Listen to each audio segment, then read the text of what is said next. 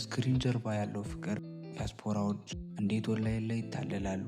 ይህ ታሪክ የአንድ ሰው ብቻ አይደለም፣ የብዙ ዲያስፖራዎች ታሪክ ነው።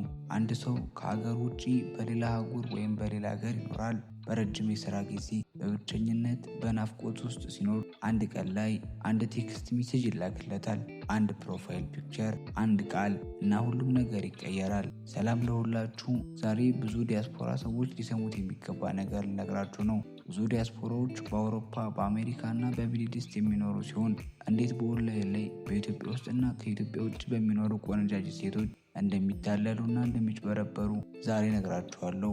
ዲያስፖራው በውጭ ሀገር ይኖራል። የህይወት ሰርክሉም ስራ፣ ቤት፣ ስራ የህይወቱ ሳይክል ነው። የሚያወራ ሰው ወይም ብዙ ጊዜ አብሮት የሚያሳልፉ ጓደኞቹም ጥቂት ናቸው። እናም የሆነ ቀን ምሽት ላይ ፌስቡክ ላይ ወይም ኢንስታግራም ላይ አንድ ኖቲፊኬሽን ይደርሷል።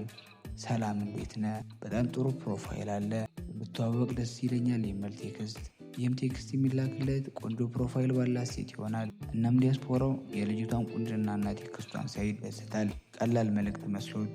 ነገር ግን ይህ ታሪኩ መጀመሪያ ነው። ከዚህ በኋላ የፍቅር የሚመስሉ ግን ያልሆኑ ትዕይንቶች ይጀምራሉ።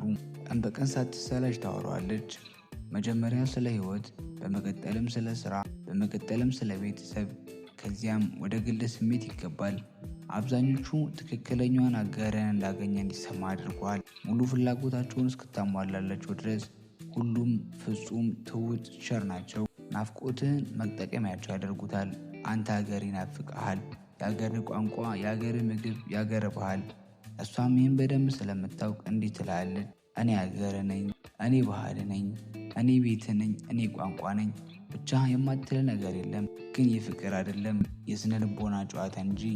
ግንኙነታችሁን ከዚህ ሲያል የማታ ቴክስት ወሬያችሁን ማዳመቅ የሚሆን የነገውን ማታ ወሬ በጉጉት እንድጠብቅ የሚያደርጉ አደንዛዥ የሆኑ ለዚህ ዓላማ ብለው የሚያዘጋጁትን የእርቃን ፎቶ እና ቪዲዮ በየቀኑ ይልኩልሃል።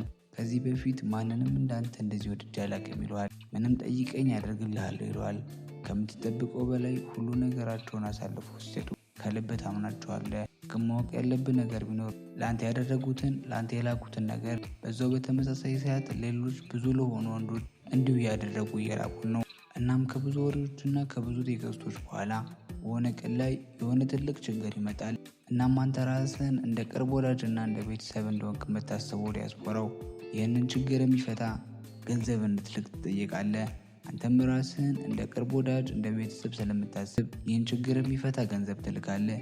ይህ የመጀመሪያው እንጂ የመጨረሻው አይሆንም። ከዚያን ጊዜ ጀምሮ በየጊዜው በየተለያዩ ጊዜያት ሌላ ችግር፣ ሌላ ምክንያት ይነገራል። አንተም 500 በሌላ ጊዜም $1000 ገንዘብህን ትልካለህ። ግን ገንዘቡ ይሄዳል፣ ፍቅሩ ግን አይመጣም።